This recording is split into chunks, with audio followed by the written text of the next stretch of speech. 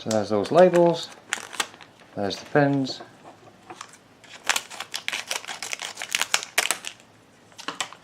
and here's the little module. So I believe it's got an OLED on it, a little screen for showing the output of what's going on with the various programs and such, and that's what attracted me to this. Here's a quick tip for soldering these kind of pins onto a board like this, and that is to put the pins on a breadboard, and then you can just place your item on the top and then solder across. Just keeps the pins straighter. Alright, so there it is, all soldered up, and you do have to be careful with these 4 or 5 pins here because they are right next to this ribbon cable for the screen. The ribbon cable didn't do anything. I think that black stuff might have helped. I don't know what it is. It's a kind of a plastic, but it didn't deform in any way. It's just something to be wary of. And I thought, well, I'll plug in some power, see if I've broken it. And look at this. HiLetgo automation comes up, connecting. It goes for a Wi-Fi. And setup done, one network found, tries to connect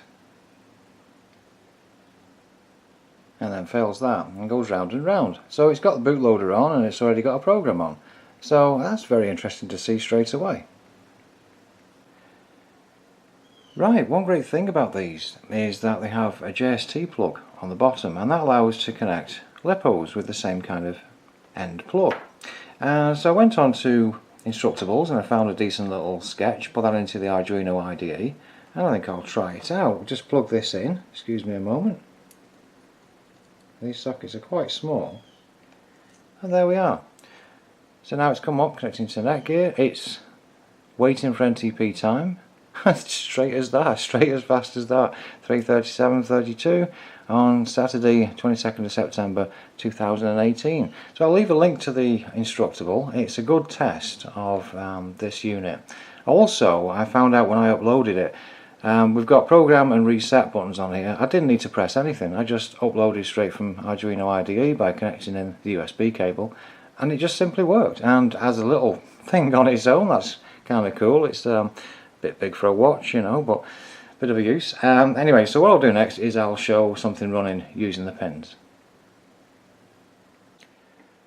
So here we are with it in a more Arduino type of thing with a light pattern going across.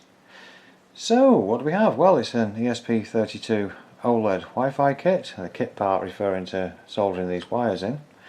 It's got a 0.96 inch blue OLED display. It's $18.99 with Amazon Prime. 5 volts USB or micro JST 3.7 volt. I thought that's a pretty good inclusion. That's quite nifty.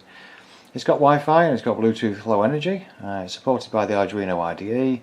There's great documentation and an active library on GitHub from HiLetgo Automation. I'll put a link to them below their actual GitHub page. It's updated like yesterday, and I just think that this is a really good little unit. Okay, thanks for watching.